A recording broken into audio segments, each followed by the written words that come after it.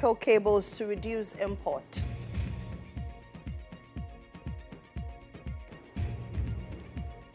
And late on the international front, Colombia prepares for refugee influx following U.S. strikes on.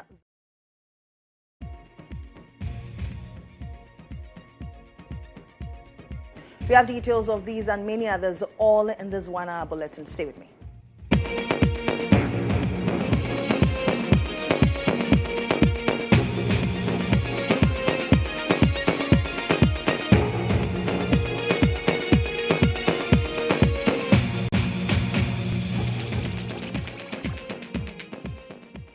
Once again, I am Mohammed. The Asante Henry Otumfuo Society to the second is paying a historic visit to the Inspector General of Police, Christian GHOne, today, the 6th of January 2026, at the police headquarters here in Accra. The visit confirms the Asante man's positive impression of the IGP following the extension of his service. It also underscores growing institutional confidence in Mr. Yonu's leadership at a time when the police service is undergoing critical transformation.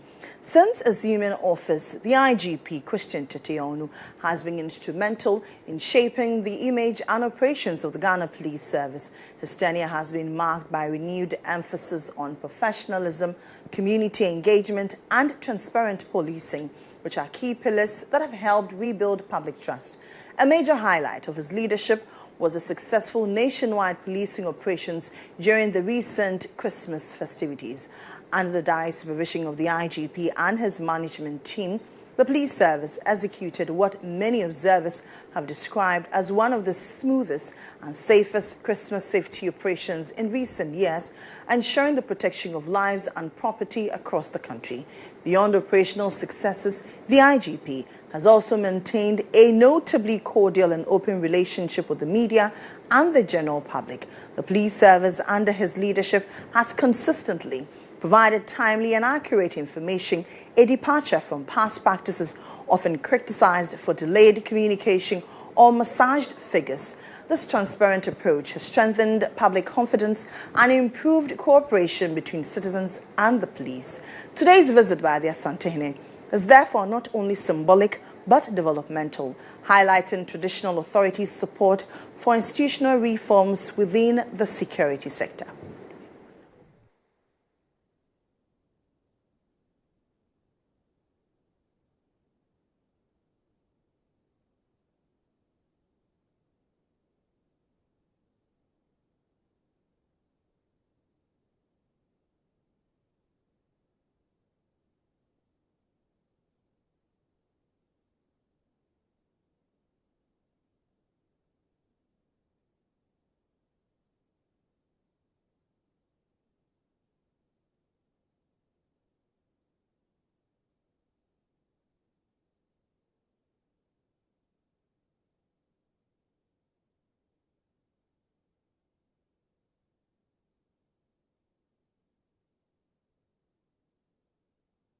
So in the course of this production, we'll take you live to the police headquarters for that historic meeting between the Otumfuo and the Inspector General of Police.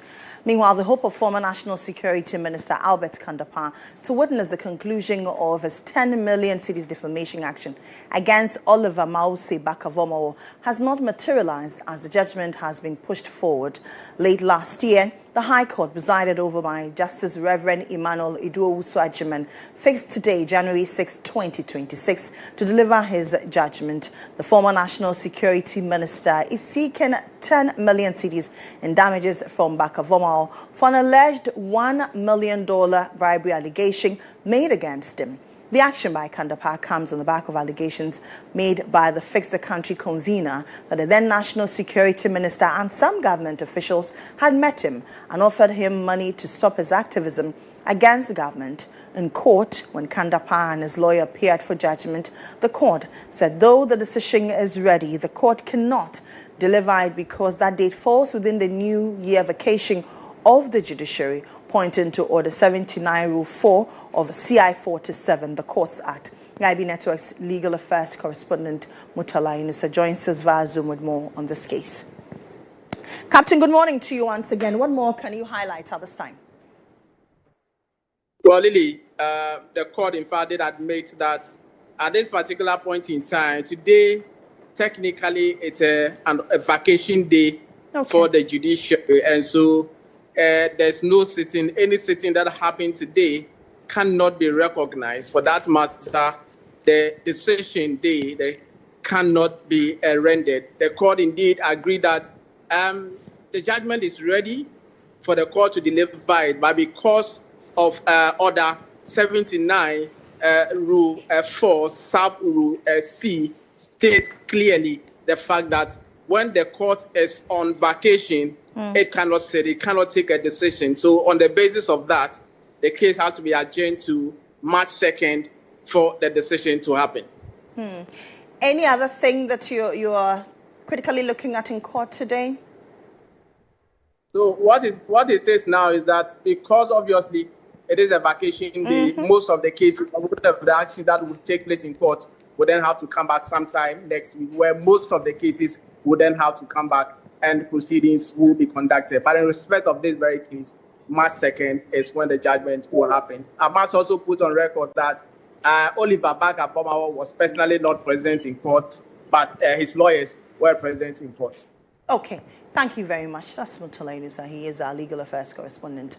Now, President John Dramani Mahama has announced that the government will completely abolish the double-track system in the senior high schools by the end of 2026 through a focused intervention called the Ghana Secondary Learning Improvement Project. The president indicated that no senior high school will run a shift system in the country when the project is completed.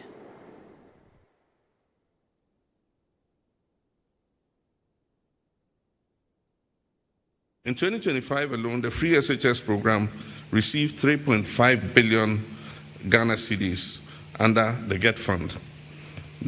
This has been the highest allocation since its inception, and this has strengthened logistics, feeding, and learning conditions in our secondary schools.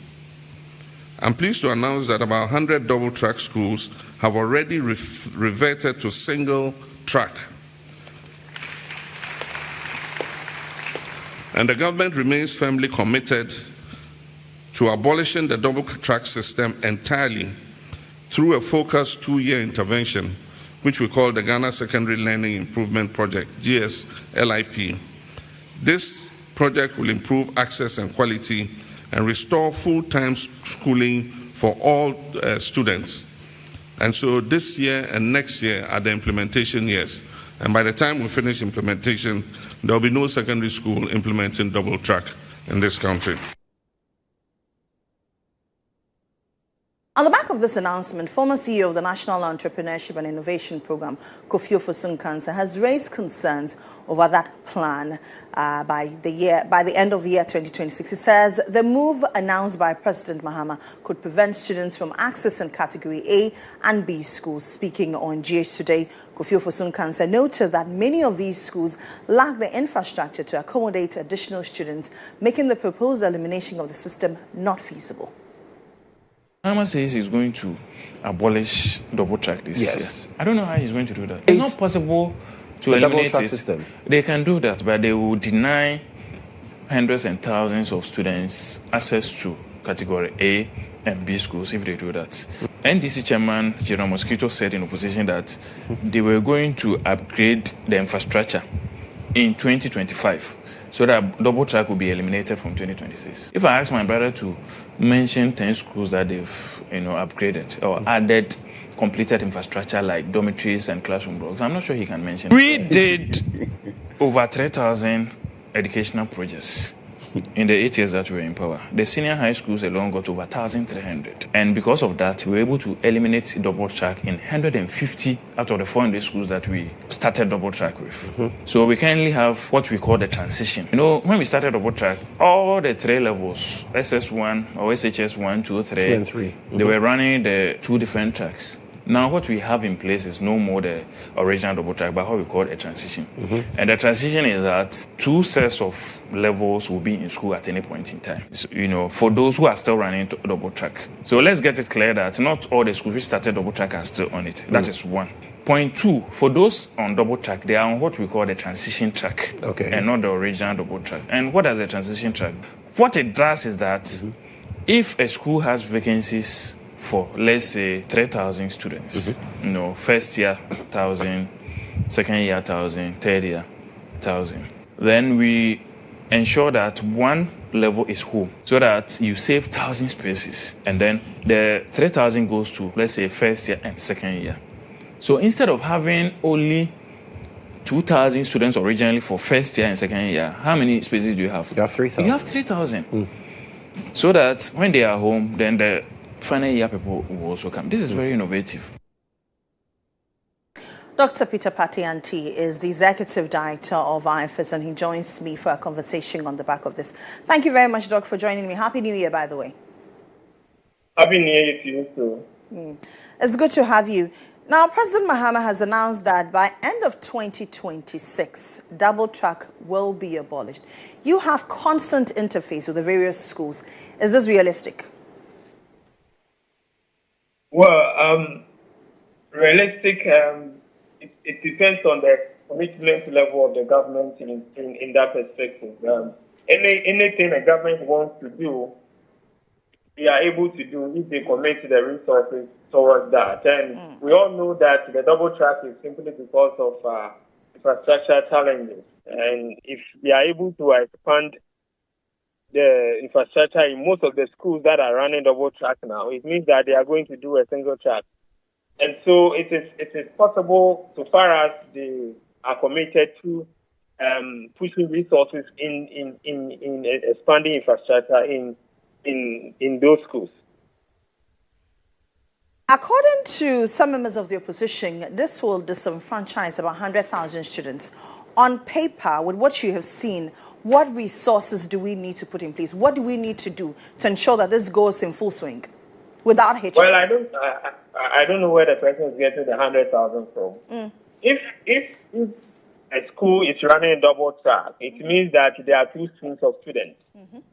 If the government is able to provide enough dormitories and classrooms, both streams can come at the same time. And it means that they are not going to be in the house whilst others are in school. That is how you end double track. So it's a matter of expanding the infrastructure. And we are aware that the Minister of Education announced that this year they are going to upgrade 30 Category C schools to Category B, and then upgrade 10 Category B schools to Category A, and then expand infrastructure in additional 10 expand infrastructure in Category A schools. So if this is done, then it means that there will be enough space to accommodate everybody at a go and not for others to come and others to stay in the house. That's why I'm saying that it is about commitment. Because when we were introducing the double track, the idea was that it was supposed to run for a period of time. When we are going to expand infrastructure alongside, and at a point in time, I think we were estimating 5 to 7 years. At a point in time, we'll be able to now ask all students to be on campus at the same time. So it is doable. It is just a matter of commitment and committing resources to to that particular direction. So I don't know why anybody would say you are going to prevent people from going to school, whatever it is.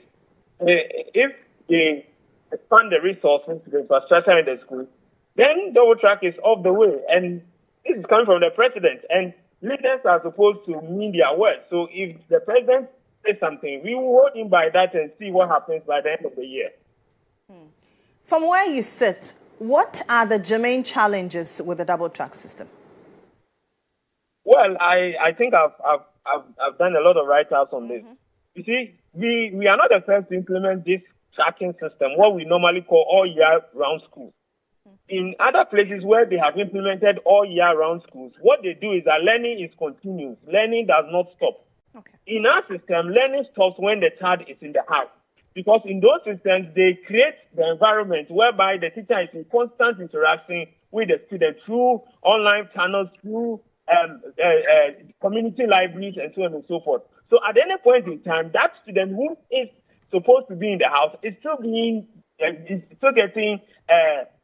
teaching assistance from the teacher. We couldn't do that in this country. So when children get to the house, they are cut from the educational system.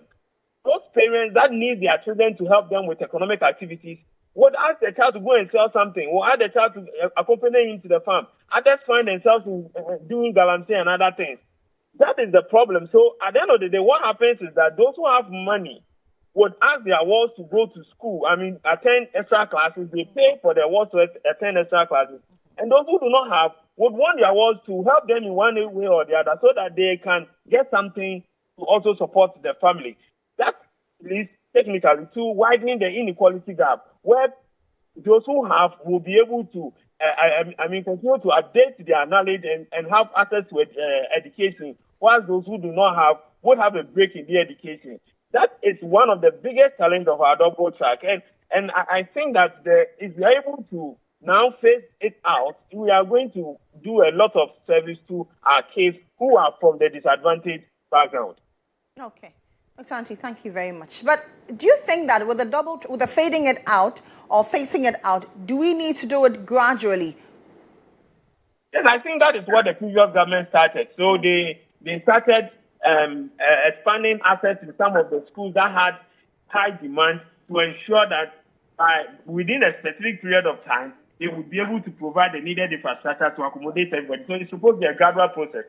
And that is why I think that when we're introducing it, we said we're giving ourselves 5 to 7 years. Mm-hmm. And the 7 years was due last year. We couldn't do it. So if we were expanding infrastructure gradually, by this time we wouldn't be talking about double track. We appreciate your time with us. That's Dr. Peter Patianti. He is the Executive Director for IFS. Now, President John Dramani Mahama has thrown his full support behind the zero tolerance on violence against teachers, vowing that the law will deal firmly with perpetrators of such misconduct. This comes after some students of Kadi Senior High School in the Eastern Region physically assaulted a maths teacher for allegedly not allowing them to cheat during exams. Speaking at the opening of the 7th Quadrennial and 54th Annual Delegates Conference of the Ghana National Association of Teachers, President Mohammed reaffirmed his administration's commitment to protecting teachers and improving their working conditions. The 54th Annual Delegates Conference of the Ghana National Association of Teachers, NAT, brought together educators from across the 16 regions of the country to reflect on key challenges confronting the profession and to chart a path towards improved teaching and learning outcomes. The conference also served as a platform for dialogue on teacher welfare, professional development, and measures to ensure a safe and enabling environment for educators. President of the association, Reverend Isaac, also declared a zero tolerance against acts of violence against teachers, warning that any repeated threat or physical harm against teachers will lead to unfavorable consequences. We are declaring a zero tolerance for teacher assault and brutality. Should any individual or a group of people attack any teacher in Ghana without any cause, we shall invoke the spirit and solidarity of touch one, touch all. We can't sit down for individual to take the life of teachers for granted. If it happens at any local, all teachers there, please, let's rally behind the said victim. And if we have to close down the schools, we'll close down the schools. Poor remuneration for teachers was another key concern for NAT, which demands an immediate review of the single spine salary structure. We face an ongoing crisis regarding the condition of service where many teachers struggle with inadequate salaries that do not reflect their hard work and dedication. Your Excellency, we therefore demand the following. 1, an immediate review of the single spine pay policy. Within, Your Excellency, an immediate review of the single spine pay policy within this year to reflect your government resetting agenda. Addressing these concerns, President John Mahama condemned the attack on the Kedip SHS maths teacher by a group of students. He assured that such acts will not be countenanced, reaffirming his government's commitment to the safety and welfare of teachers. The unfortunate thing is that the matter went to the police station, and the parents of the students went to the police, and they said they settled the matter amicably. I mean, how is that? This is assault, it's criminal. You know, at least the children should have been booked. They should have been taken through the legal process, and at least, if nothing at all, they should have been bonded to be of good behavior for a period of time. And then we'll believe that justice has been done. But just for parents to come and, pay a little compensation, it will encourage others to do the same. And so, as for assaults on teachers, I am with you 100%.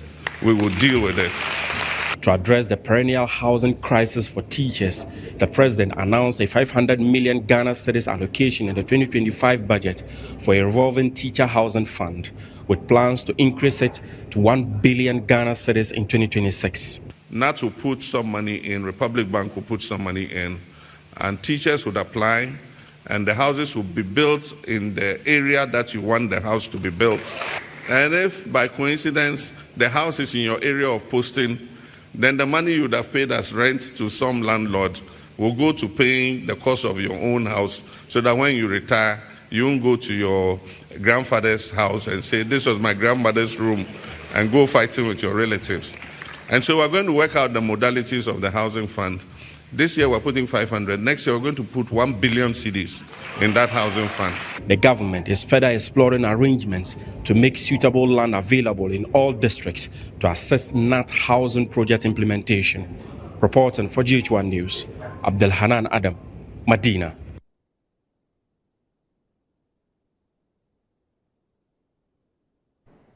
Still on education, the coalition of unpaid teachers have threatened to stage another demonstration and is also considering legal action against the government over delays in the payment of salary arrears. The coalition says more than 6,000 teachers who have worked between 12 and 15 months have been paid only 2 months' salary, with the prolonged delays worsening their cost of living pressure despite protests organized last year. Lead convener of the coalition, Simon Kofinati, spoke to GHOne News. We had a series of engagements with our employers, even as far as the Ministry of Finance and then the Controller and Accountants General Department. And so we got some results in October when we had the financial clearance to proceed with the rest of the process. So in November, those of us without the staff IDs, some of us were issued the staff IDs. We were validated for the month of November to receive our money. And nobody has given us any timeline that in this period of time we should expect our money or there should be a payment structure. We are waiting for January payments, and maybe after today's encounter with the media, something might change.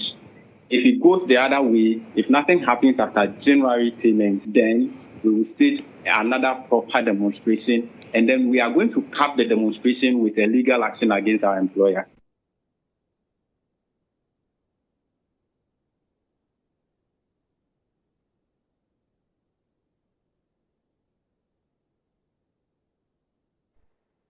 Away from that, tomorrow, 7th January, marks the first anniversary of President John Dramani Maham's tenure. Assessing his administration's performance, former CEO of the National Entrepreneurship and Innovation Program, Kofi Ofosu-Nkansah, says the performance of the Mahama-led administration so far has been dissatisfying. He spoke on G today.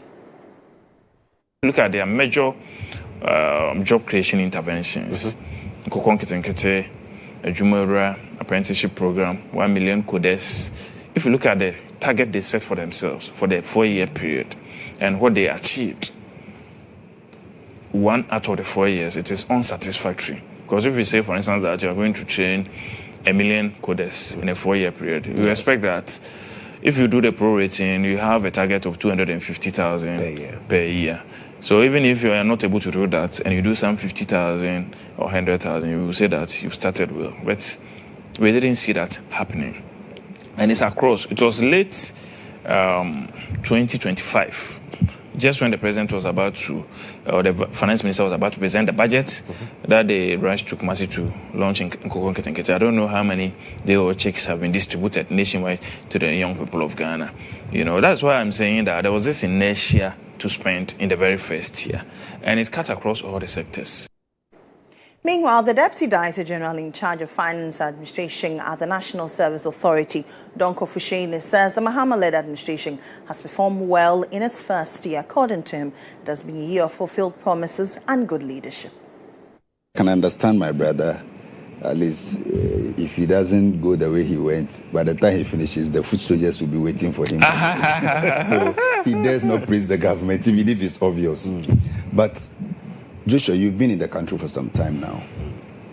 This is the first time a new government has gone through 12-month cycle without a scandal.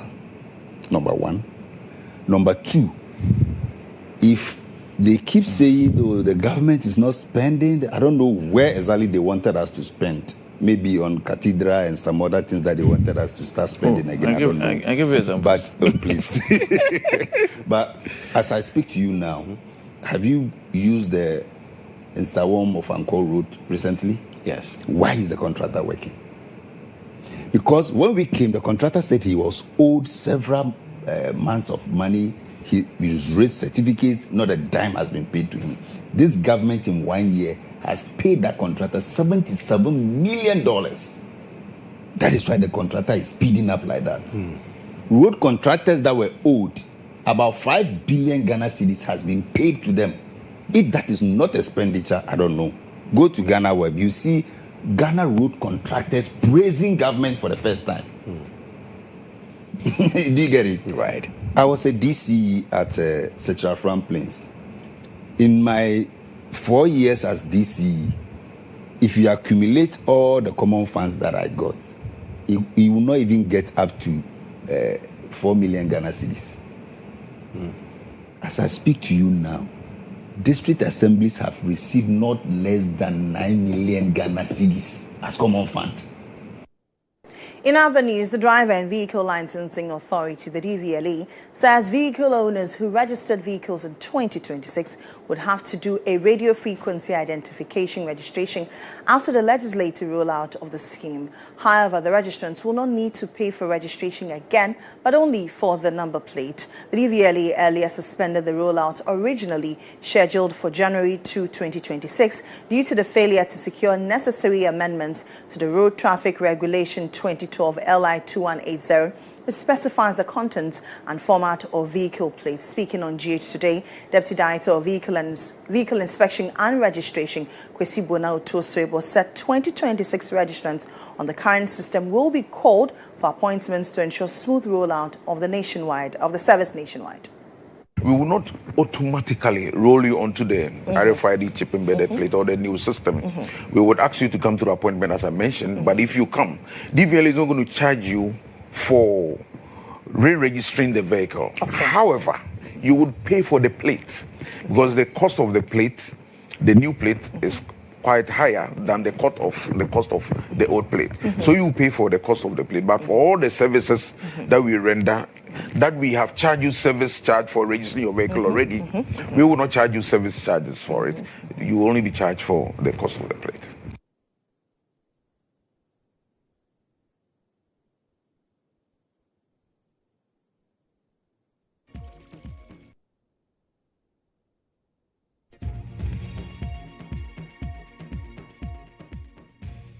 Now, a master guide with the Seventh-day Adventist Church at Budumbram in the Gumwa East District, Enoch Abram, has died after rescuing 2 children who were drowning at the Kokobite Beach in the Gas South municipality.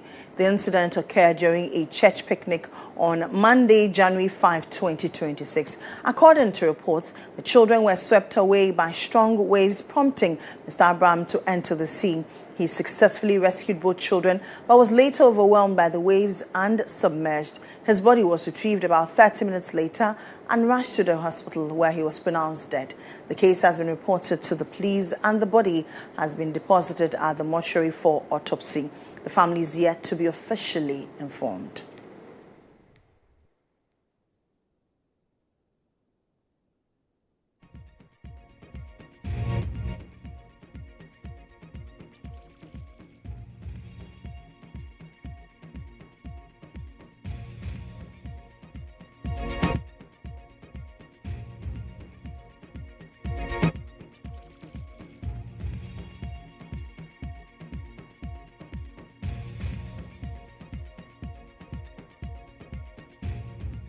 The cybercrime unit in Asimfusu has arrested 20-year-old Frederick Dumsing for defrauding a mobile money vendor at Asinga Samang to the tune of 40,000 cedis.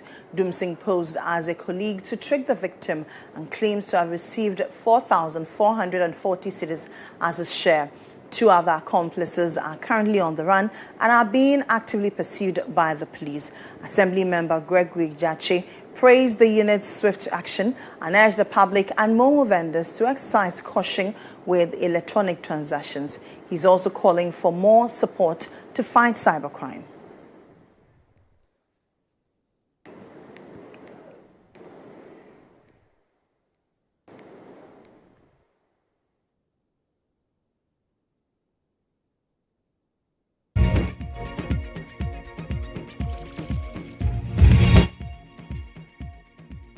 The Central Regional Fire Commander, ACFO 2 Mary Atiga Mensah, has urged all MMDAs to allocate spaces and market for permanent fire posts. She made the call during a visit to the Kasua market, assessing damage and consoling traders who lost their goods during last Sunday's fire outbreak.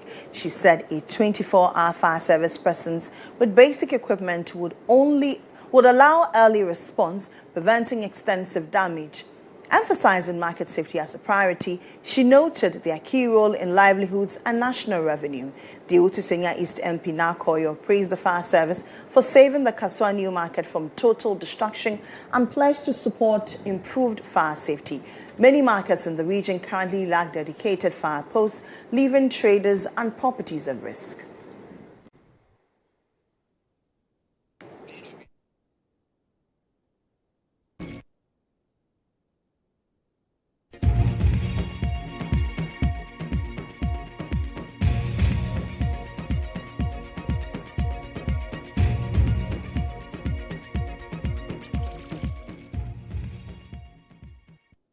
Some 109 persons with disability from the Southern District of the Volta region have received financial support from the Assembly at a colorful ceremony at Sogakope, the administrative capital. The event was used to drive home the need for Ghanaians to recognize and appreciate the contribution of persons with disability to the overall development of the country. Our correspondent Benjamin McAfee Atipo has more on the following report. Economic empowerment support became possible following the receipt of 2 tranches of the District Assembly Common Fund for the 2025 financial year, 3% of which is meant for the welfare and development of persons with disabilities, PWDs.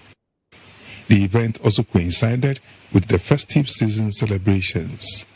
The beneficiaries who applied to the Assembly for the funds had their letters of applications vetted, scrutinized and approved by a 7-member funds management committee headed by the chairman of the Social Services Subcommittee of the Assembly, Anthony Ajaho. He dismissed rumors of bias in the selection of the beneficiaries for the funds. We normally sit down, we go through all the forms thoroughly before we pay the money to the people. And what normally we do is that when we are done, there are committee again from the Assembly, the account sections, and they will all also go and look at it very well. From there, before the disbursement will take place, there's no discrimination of all this money. We normally give the money to everybody, provided you qualify for it. The beneficiaries were given cash amounts ranging from 1,000 to 7,000 Ghana cedis, depending on the request needs and severity of their disability. The money would be used for educational purposes, petty trading, farming, small business startups, as well as skills training and other economic empowerment initiatives that would promote inclusivity and make them more economically independent. Speaking at the event, the district chief executive for the area, Victoria Jeklo, stressed the need for the PWDs to put the funds to productive use in order to improve their lot in the society. It's money that is to empower them. It's money that if you are having a business, you have to reinvest into it. Those that are to support education must be used as such. Those for health must also be used as such. So we are only advising them that they must make sure they use the money judiciously so that those who have benefited this time, gives the opportunity to others who have not benefited to also have a feel of the fund. Chairman for the PWDs in the district, Adam Toniga, appealed to the president to consider increasing the current 3% allocation to the fund to about 3.5%, explaining that the plight of PWDs is enormous. Benjamin Makafia-Tipo reporting from Sugakope. This is Newsroom. We are back with more after this. Stay with me.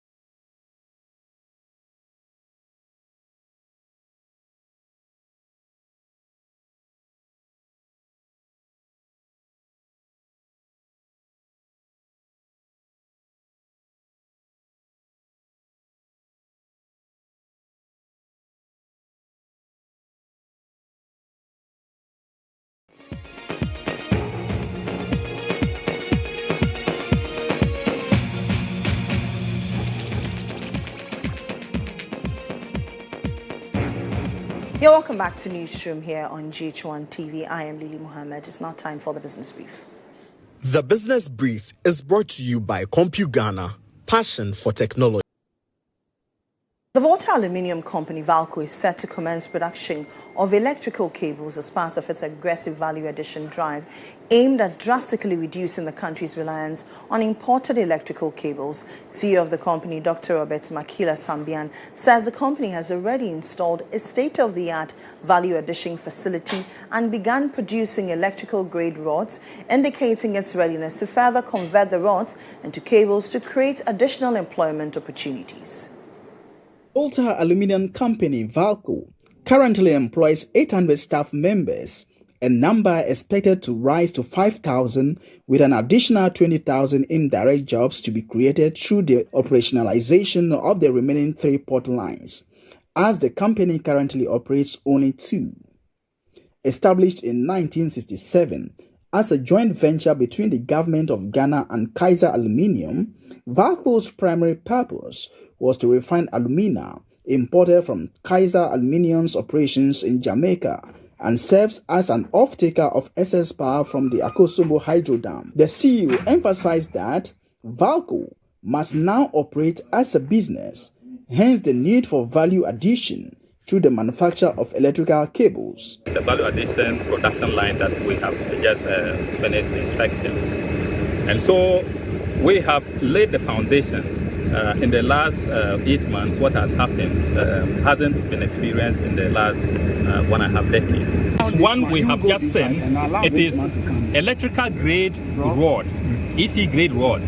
So with a little extension of the production line now, we can draw the rods that you have seen further into cable for use by ECG and other VRA and other users, so that we will no longer be importing, cables. Speaking to the media after the factory tour, board chairman Horace Ankra underscored the board's resolve to sustain Valco's research and contribute meaningfully to the country's economic growth. I would say that the board is so pleased with today's tour.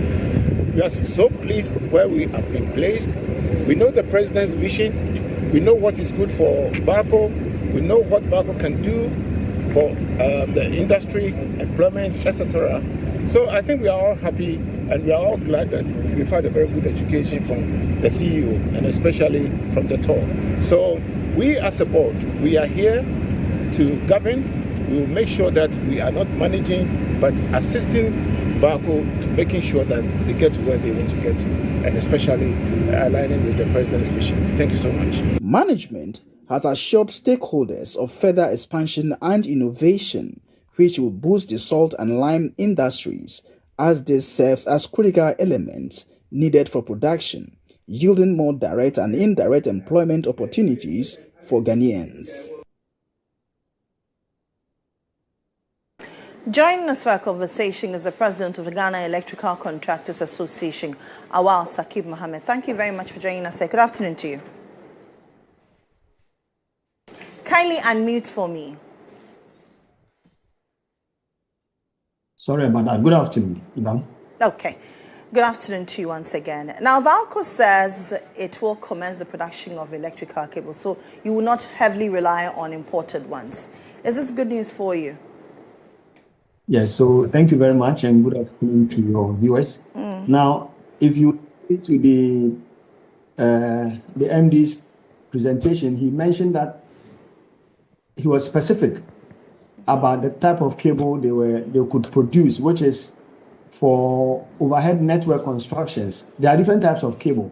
The ones that we use for network extension, which is on our poles to send power from one district or one area to the other, we use aluminium, and that is the core business of Valco. So they can produce aluminium cables for ECG, NEDCO, and other organizations to use. So that doesn't mean we are going to rely solely on Valco for cable production. I want us to put it in the right perspective. Okay. It is important. We see a lot of aluminium conductors in Ghana, no doubt. I mean, ECG imports tons of them almost every time. So that initiative would help reduce such importations. And also we have two very big cable manufacturing companies in Ghana who also import their raw materials from abroad.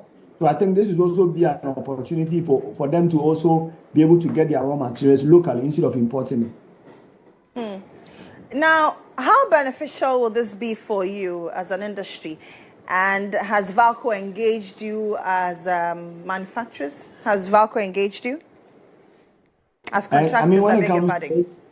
It's largely more beneficial to the country Ghana than us as individuals, because the kind of cable they produce or they will produce will be used by the utilities.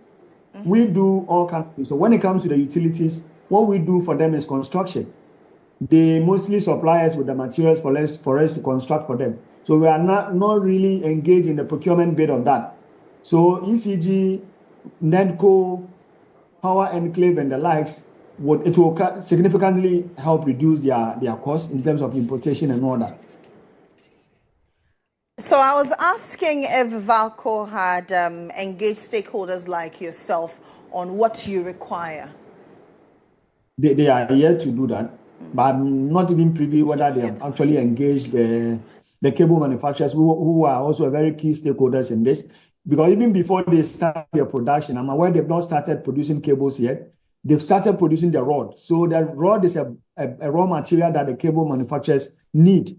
So I will expect that by now they would have done that engagement with the cable manufacturers. They need our buy-in also to be able to put the message out there and convince the public that indeed what they are producing is good for purpose. Very much. Well, that's Awal Sakib Mohammed. He is the president of the Ghana Electrical Contractors Association. Now, Executive Secretary of the Importers and Exporters Association of Ghana, Samson Asaki Awingobit, has hailed the government of Ghana for putting in place strict policies that have strengthened the local Ghana cedi. This, according to Awingobit, has brought some relief to players in the trade, thereby restoring some reasonable confidence in the local currency market. Samson Asaki Awingobit said institutions must be encouraged to patronize what the country produces rather than have an over-dependence on foreign goods that ends up weakening our local Ghanaian cedi. Getting to buy from the local produce, then you can now turn to an importer to buy. I think it's commendable. It's going to build our economy, and the city will stay here. The city will stay here to not to weaken our economy, but to make our economy very, very robust. And so that has been my recommendation. In fact, if you ask me, I'll tell you, at the presidency, President Mohammed is to host his counterpart president who is visiting Ghana. The rice that they will cook there, should be Ghanaian rice. If he is going to toast, it should be pito. It should be palm wine. Yes, you are laughing. That's the truth of the matter. It should go to GHOne, and take GHOne drink to toast with. That is our program. We should not be doing lip service that we are giving directives. Then you go to institutions, government institutions, and they are all packaging import. I'm not saying we cannot say we are stopping import. We cannot stop. That's it for the business brief. Up next is the latest in sports with Monica Bukari. The Business Brief was brought to you by CompuGhana, passion for technology.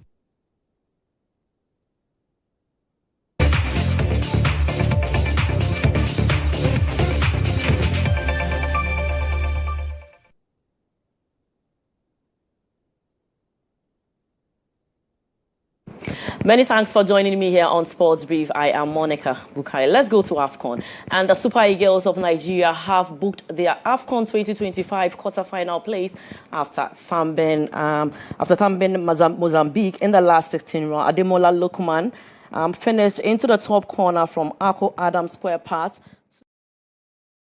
20th minute. Then two Victor Osimhen goals either side of the halftime put Nigeria in full command of the tie. Ako Adams got in the goal-scoring act by thumping the first goal of the tournament past Enan Sulian. Now Nigeria will face Algeria or DR Congo in the quarterfinal on Saturday. Let's take a listen to their coach. Well, it's a lot to me. It means a lot.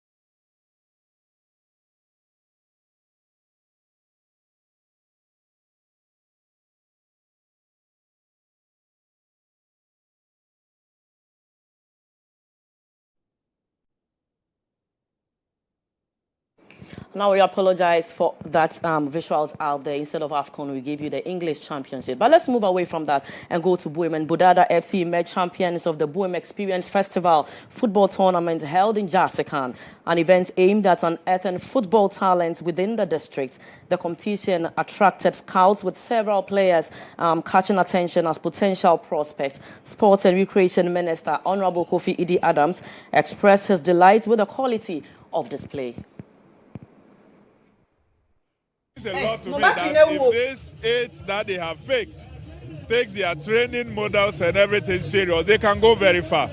They can go even further than those who picked them today went. And so mine is to continue to encourage them, and they themselves must work hard in their chosen career so they can go very far. We have a lot of talent in this area. When it comes to sports generally and football, we don't lack. So what we need is people who will be able to help them improve on this talent and turn it from raw to a skillful moment and improve it, and Ghana will be the biggest beneficiary. So surely they have been asked to report whatever they need to be able to report. We are going to support them. Whilst they are there, what they need to be able to stay on, we will support them. The foundation is interested in supporting talents.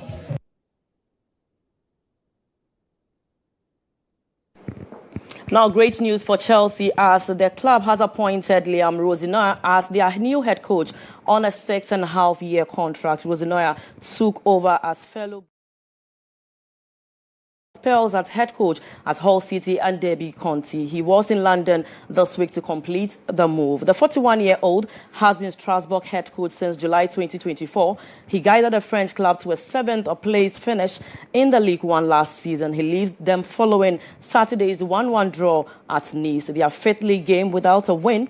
They sit 7th in the table and are top of the Conference League. Now, despite his relative experience at the highest level, Rosinoya is confident that he's ready for the challenge that awaits him at Chelsea.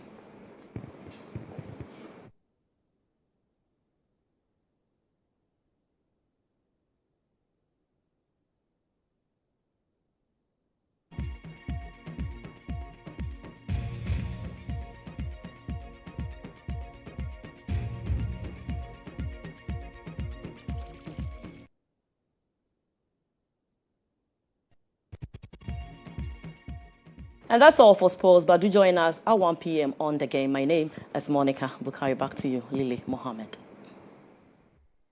Thank you very much for that sports update. Let's head to the entertainment zone.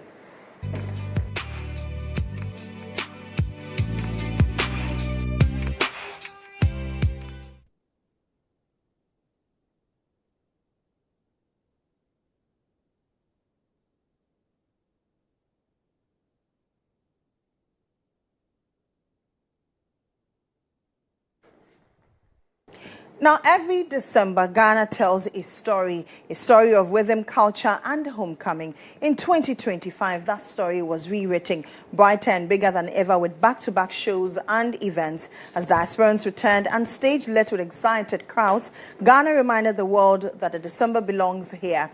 Let's rewind and relive some of the top events that took center stage and made the December in Ghana initiative unforgettable.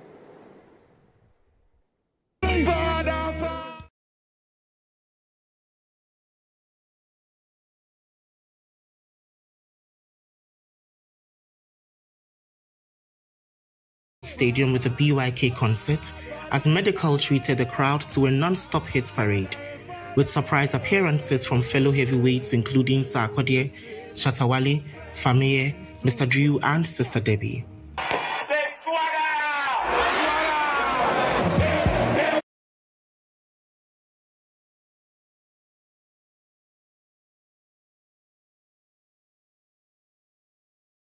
Sarkodie and Kidi starring on the night. What stood out most was the crowd singing along word for word, sometimes even louder.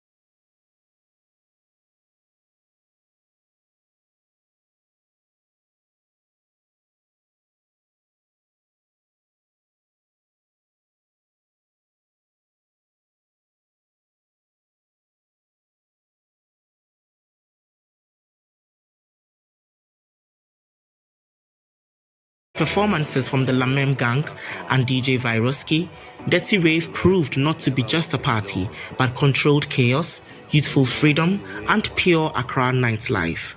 I know say I've been gone for a long while now. We are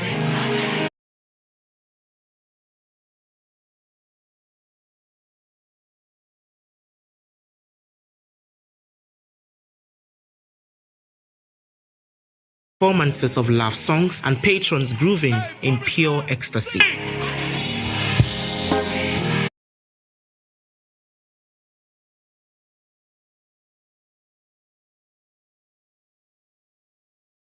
While Ghana is not just the gateway to Africa, but the ideal destination for the December holiday.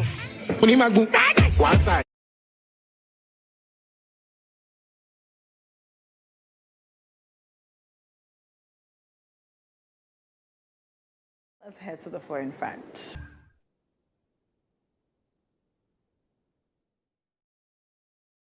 To 3 million Venezuelan refugees, Colombia is worried that more than 1 million more could try to cross over. Colombia is bracing for a potential refugee crisis following U.S. strikes in Venezuela and the abduction of President Nicolas Maduro on Saturday. Defense Minister Pedro Sanchez announced on Sunday that he was sending 30,000 soldiers to the border with Venezuela to shore up security, and the country has also enacted emergency measures to support refugees. At the Simon Bolivar International Bridge, which spans the Táchira River separating Colombia and Venezuela, near the border city of Cúcuta, vehicle and foot traffic flowed normally on Monday despite an increased military presence, which included 3 parked Colombian M1117 armored security vehicles. But with United States President Donald Trump threatening more attacks if newly sworn-in interim leader Delcy Rodriguez does not behave, an uneasy calm has settled over the border region and Colombia is preparing for the worst. Sanchez said security forces had been activated to prevent any retaliation from armed groups, including the National Liberation Army and the Segunda Marquetalia, or Second Marquetalia, a dissident faction of the leftist group FARC that have operated with virtual impunity in Venezuela for years.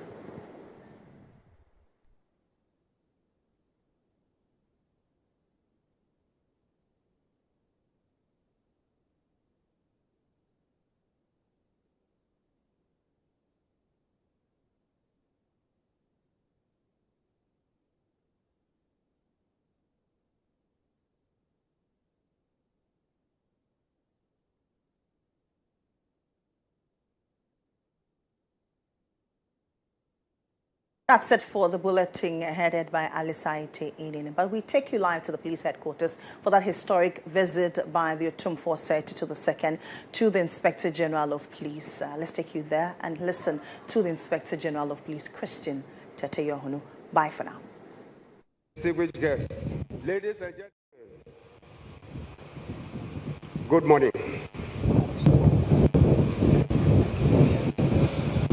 It is with profound humility and great national pride that we welcome His Majesty the Asante and his entourage to the Ghana Police Headquarters today. Words alone cannot fully express the joy and privilege in witnessing and hosting the great Asante Kingdom on this historic visit. This gesture is not only symbolic, it is unprecedented. A moment that will be engraved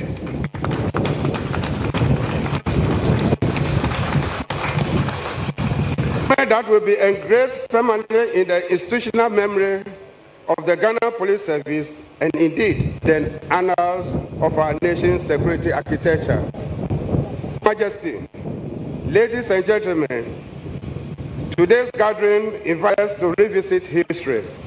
Long before the advent of modern Europe-style policing, African societies, particularly the Asante Kingdom, had well-established systems of law, order, and justice. The Ahifie policing system, administered through county courts, was one of the earliest forms of organized policing in this land. These traditional mechanisms ensure social order, dispute resolution, community safety through customs deeply understood and respected by the people. With the introduction of colonial policing, these indigenous systems were not erased, but rather blended into emerging state structures. The fusion of traditional authority, modern policing concepts helped shape the policing we know in Ghana today. Your Majesty, Nime, ladies and gentlemen, as a revered occupant of the Golden, you have not only preserved these values, but also modernized and affirmed them. Your consistent support for the Ghana Police Service, especially Ashanti region, has been both fatherly and exemplary. I recall that you have hosted several Inspectors General of Police and leadership over the years, offering counsel, guidance, encouragement, with doors always open to us. Ladies and gentlemen, as the Chief Constable of this country, I must commend you and highlight your role in peace building and conflict resolution, which has had a profound impact on national security. Mention your exceptional mediation skills, which have restored peace in numerous conflicts across our nation, compels me to describe you as the King Solomon of our time.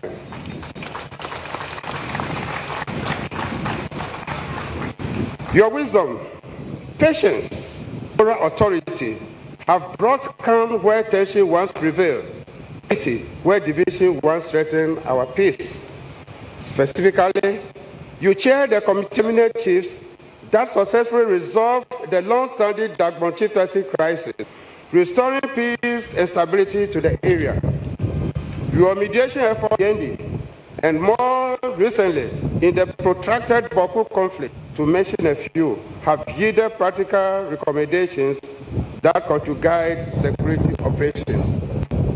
Today, the relative calm in Boku has significantly enhanced efforts and community confidence. It is worth noting that chiefs, as custodians of land, culture, and customs, remain indispensable partners in law and order. In this regard, Your Majesty personally intervened in numerous land and chieftaincy disputes in the Ashanti region, restoring safety, reducing violence, and making policing more effective. These actions reaffirm the constitutional recognition of chieftaincy under the 1992 Constitution, which recognizes traditional authority as an integral part of Ghana's governance. In the context of illegal mining, your directive urges to take firm action against it in their jurisdictions demonstrate the contrivance of traditional leadership in addressing modern security issues, and this is emulating. Royal Majesty, beyond peace and security, your contribution to national development is monumental. Through your humanitarian support to the helpless through the Otufo Education Fund, thousands of but brilliant students across Ghana have received opportunities to pursue education. As Chancellor of Nkrumah University of Science and Technology, Your Majesty continues rich tradition and academia, ensuring that cultural heritage coexists with innovation and research. In the area of diaspora relations and global influences, you are a global symbol of Kan culture. Through cultural preservation, initiatives as the Menchia Palace Museum and your engagement with the African diaspora, you have projected Ashanti and the Ghanaian culture far beyond our borders. These efforts have strengthened diaspora, enhanced Ghana's international profile, promoted tourism, and positioned our tradition as subjects of global academic and cultural. Your Majesty, your presence at the headquarters today marks a turning point. This historic honor is one that the Ghana Police Service and our fellow citizens hold in the highest esteem and treat lightly.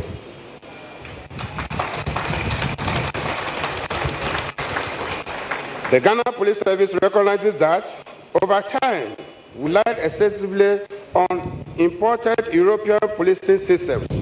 This challenges us to return to history, embrace indigenous knowledge systems, and strengthen community and tradition-based police. Let me say that your visit today, cooperation between the Ghana Police Service and the traditional authorities across the country, not only within the Ashanti Kingdom, but nationwide. Your address today serves as a blueprint and working document for strengthening relations between law enforcement and traditional governance.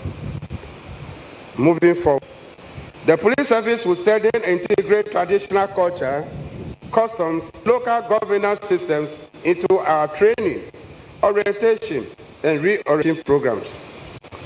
This will help the average police officer better understand the socio-cultural dynamics of the communities and police more effectively with empathy, respect, and legitimacy. Your Majesty, your visit is a great honor to every man and woman in the Ghana Police Service. It will leave a legacy, not only in brick and mortar, but in mindset, policy, and practice. We reaffirm our commitment to upholding state laws while respecting my laws, and to build a security system that reflects the culture and aspirations of Ghanaian people. The historic visit marked the beginning of a deeper and enduring partnership between the Ghana Police Service and the Traditional Authority for Peace, Development, and National Unity. Once again, we thank you, Your Majesty, for this royal visit and the honor done us. God bless the Ashanti Kingdom. God bless our traditional authorities. God bless the Ghana Police Service. And God bless our beloved country, Ghana. Thank you.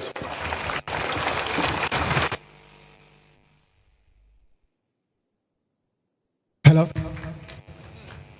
Thank you very much, Inspector General of Police, Mr. Christian GHOne, for the welcome remarks. We will now invite the police band to give us a musical interlude. Thank you.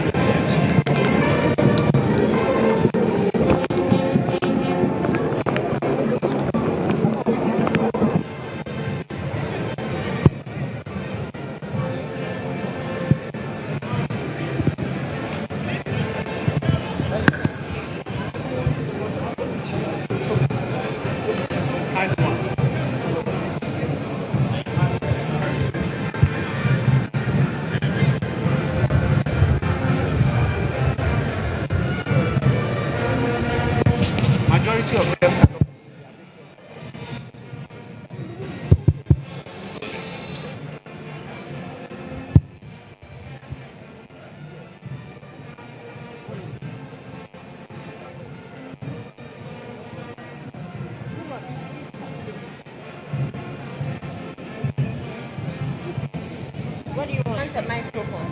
Okay.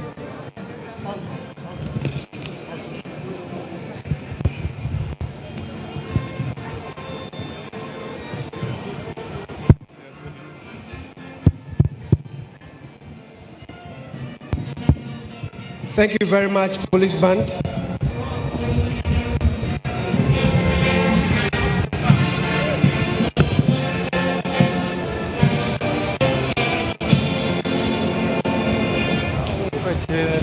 With humility, may I invite His Royal Majesty Tumfor Osei II, the Asantehene, to give his a round of applause, please.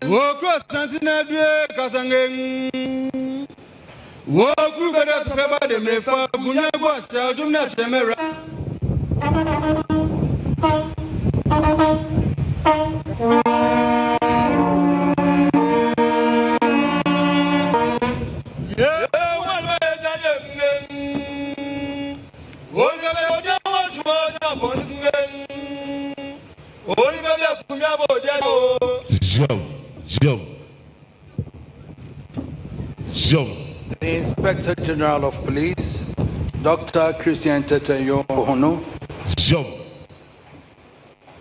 the President of the Regional House of Greater Accra, my dear brother, senior officers and men and women of the Ghana Police Service here assembled, traditional rulers here assembled, distinguished guests, fellow citizens of our beloved public. Manshia has been pleased to enjoy an active working relationship with the Ghana Police Service over the years, but this is the first time we have had the opportunity of visiting what I will call the engine room or the heartbeat of the service. Thanks to the initiative. Thanks to the initiative and kind invitation of our son, the Inspector General.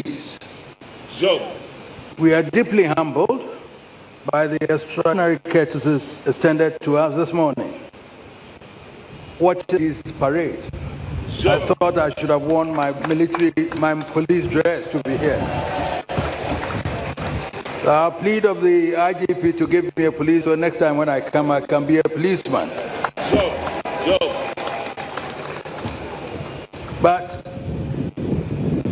this honor is not intended to me alone, but duly shared with the entire community of traditional rulers who are the guardians of culture. I'm pleased to be joined by NI President and other traditional council members. I hope they share this honor with all of us.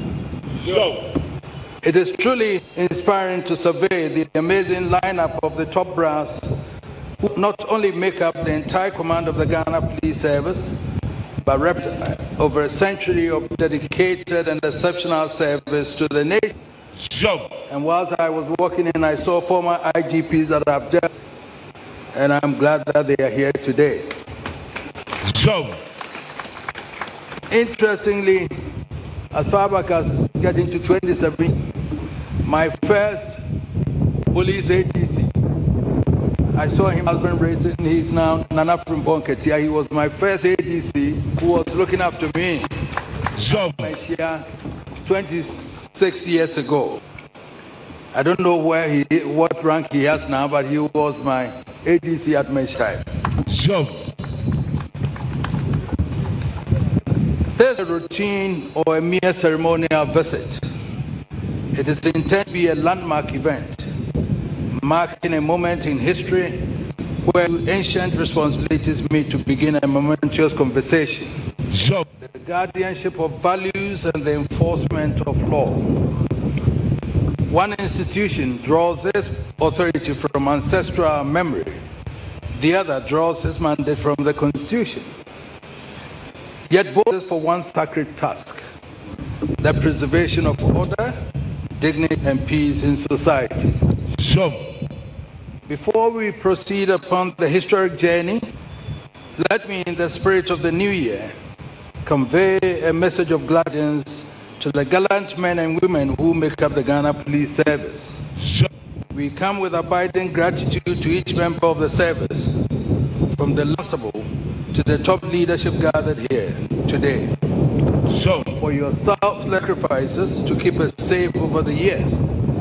And we bring you hope, progress, and prosperity in the years to come. The Ghana Police Service is one of the institutional legacies bequeathed to us by our former colonial rulers. From the first Ghanaian who took over the mantle of leadership from the departing colonial commander, the highly distinguished Erasmus for Tewia Majite, to the energetic leadership here. Today, the police service has gone many challenging epochs. Changing political circumstances have impacted on the service in different ways. But it's to say that through it all, the service has maintained a level of commitment and professionalism we should be proud of. And wherever you have been called upon to undertake international duties, have acquitted yourselves with full credit. The greatest pride of Ghanaians today is that our nation is recognized in the world as an oasis of peace and environment of turbulence. The international community widely acclaims us safety in our streets. If we take pride in the climate of peace and accept the plaudits of the world for the safety in our streets, we cannot fail to acknowledge the crucial role of the frontline protectors of our peace and security. When we snuggle in our comfortable beds at night, forget that there are thousands of our sons and daughters battling with mosquitoes, while dutifully protecting us from the snares of criminal minds. And while we trudge along the ways, whether in our shining limousines or the humble trotro or aboboya and praja, we cannot forget that there are again thousands of our sons and daughters keeping guard in the most inhospitable spots just to make sure we arrive safely at our destinations. The truth is not in us if we fail to acknowledge that we owe a huge debt of gratitude to the blue uniform for the safety we cherish. So today we say I equal to the police for faithful service to the nation. I equal for your selfless sacrifices in the difficult terrains. I equal for the safety in our streets. And I equal for flawlessly standing guard while we sleep. As already mentioned, the Ghana Police Service is one of the legacies of our past, of our colonial past. But long before the first police uniform was, communities had learned how to live together. Before courts were built, disputes were settled. Before statutes were written, wrong was understood. Custom was the first law. Culture was the first constitution. It taught restraint before punishment, responsibility before, and harmony before victory. It reminded people their actions did not end with themselves, that every deed through family, lineage, and memory. In those days, a child feared disappointing an elder more than facing authority, and marked twice before wrongdoing, not because of arrest, but because shame outlived him. Conduct was shaped long before it could take root. That is the quiet power of culture. When culture is strong, crime struggles to breathe. When culture collapses, law enforcement is forced to compensate. No number of officers, no matter how disciplined, no matter how well equipped, can replace a society that has lost its moral compass. Law enforcement functions best where people already believe that order is worth protecting. This is why we have been pleased to join hands with Dr. GHOne, the Inspector General of Police, to initiate this conversation. It has been most useful at this point in time to engage with an IGP in history and culture, and able to appreciate the essential interplay between the two. He is aware of the extent to which the colonial authorities relied on traditional authority to maintenance of law and order. Indeed, you know that the British were going to make domestic law and order a joint function between law enforcement and traditional rulers. When the Asante Nation became the new nation state of the Gold Coast, the Asante was allowed to keep and maintain his own police. Ahimfie police had all the authority of the colonial police well with the onset of independence. Along the original Gold Coast, one of the most eminent chiefs was Nene Azuma Tekole, the Komanya Krobo, who in his life played a key role in the preservation of law and order. It is no wonder that Kroboland gave us the first Ghanaian head of the police, and Teria Majiti, who was to go on to serve as leader of opposition in parliament. And it is no surprise that the seed of the past continues to flower, incumbent RGP. The lessons of history is that we can build a safer, more peaceful society by conscious effort in the guardians of culture and the protectors of law ever together to create an interlocking mechanism based on the principle that culture cannot do without the police and the police cannot succeed without culture. Culture without law is nostalgia. Beautiful stories with no teeth. Law without culture becomes false, effective but brittle. If the heart, the other restrains the hand. A society that restrains only the hand, neglecting the heart, merely postpones order, disorder. As the king and embodiment of one of Africa's great enduring cultures, I've seen culture at its finest, and I have also seen at its worst.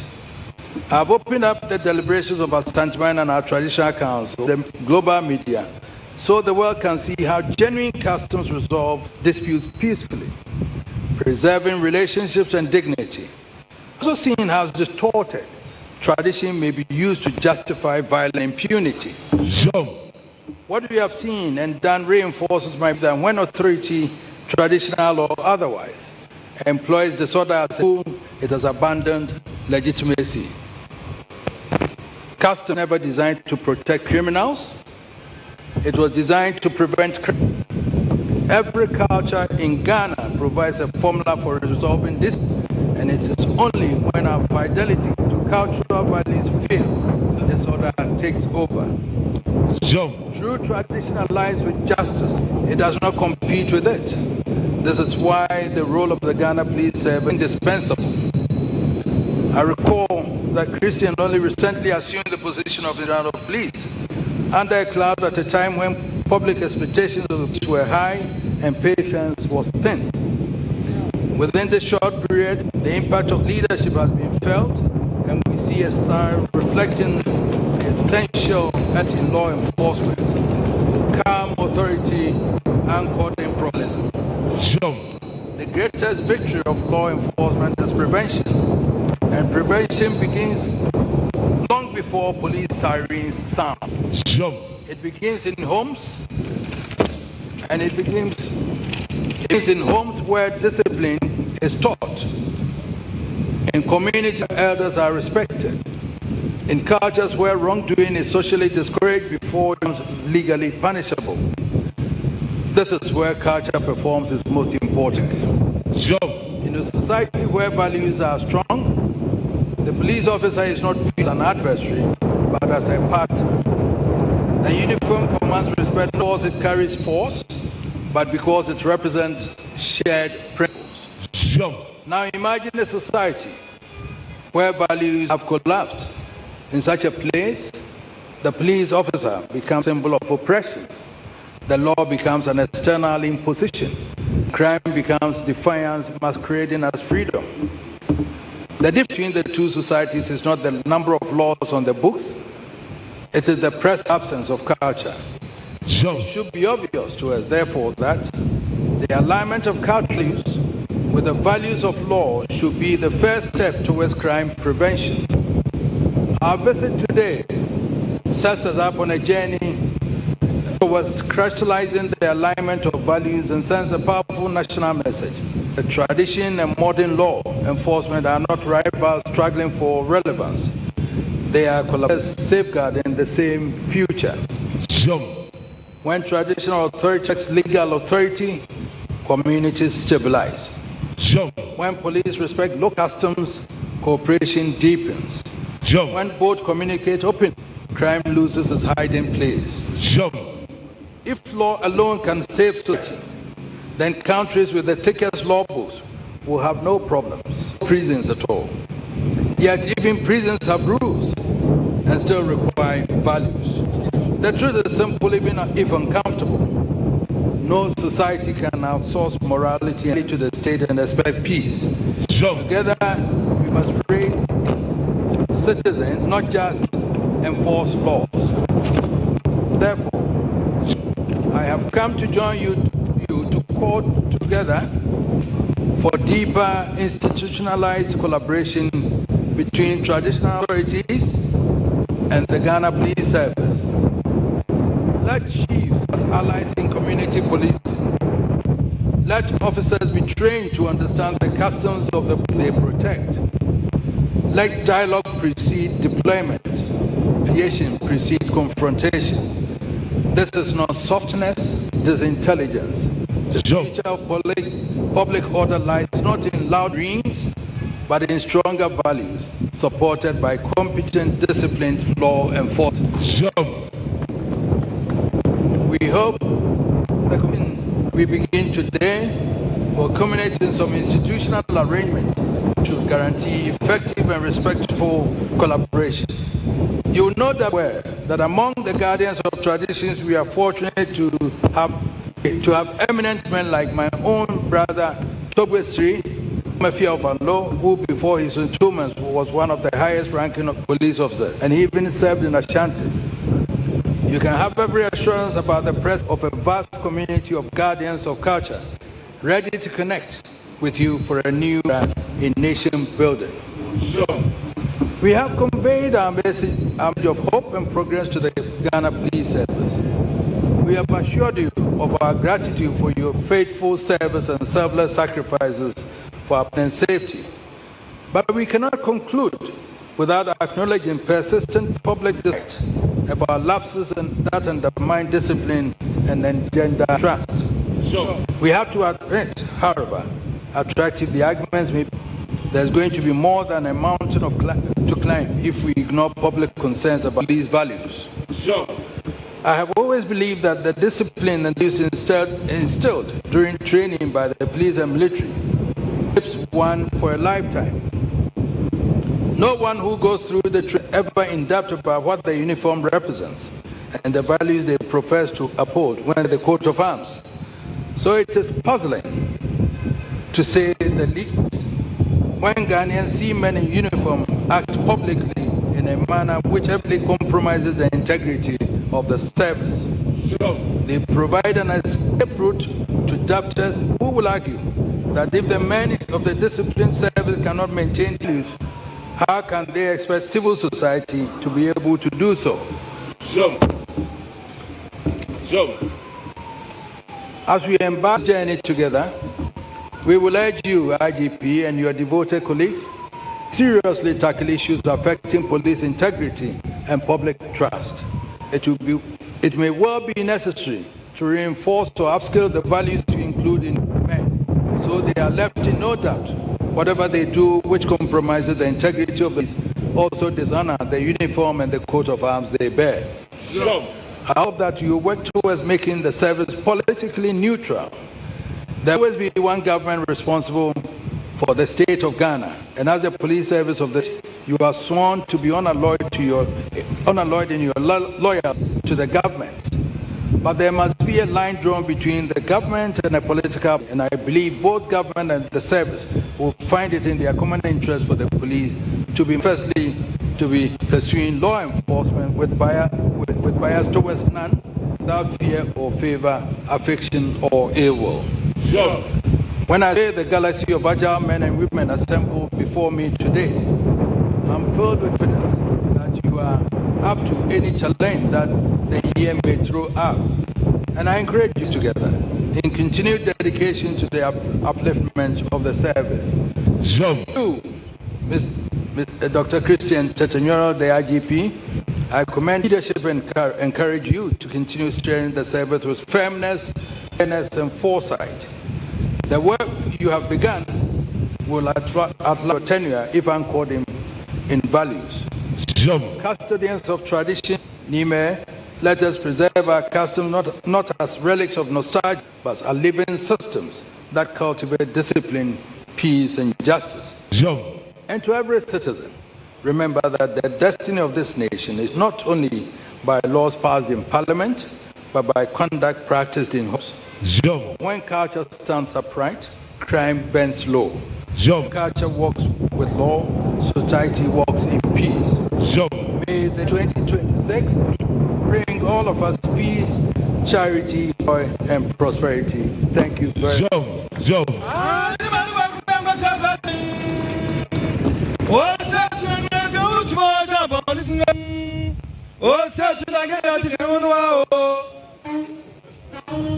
Thank you very much, His Royal Majesty Tumfo Tutu II, for your address.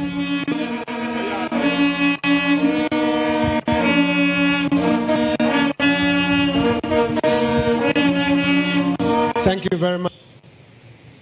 At this point, the next item on the group photograph, I will call on our protocol department to take responsibility of the group photograph. Thank you very much.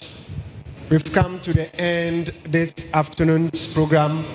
The second part will also take place soon. Thank you.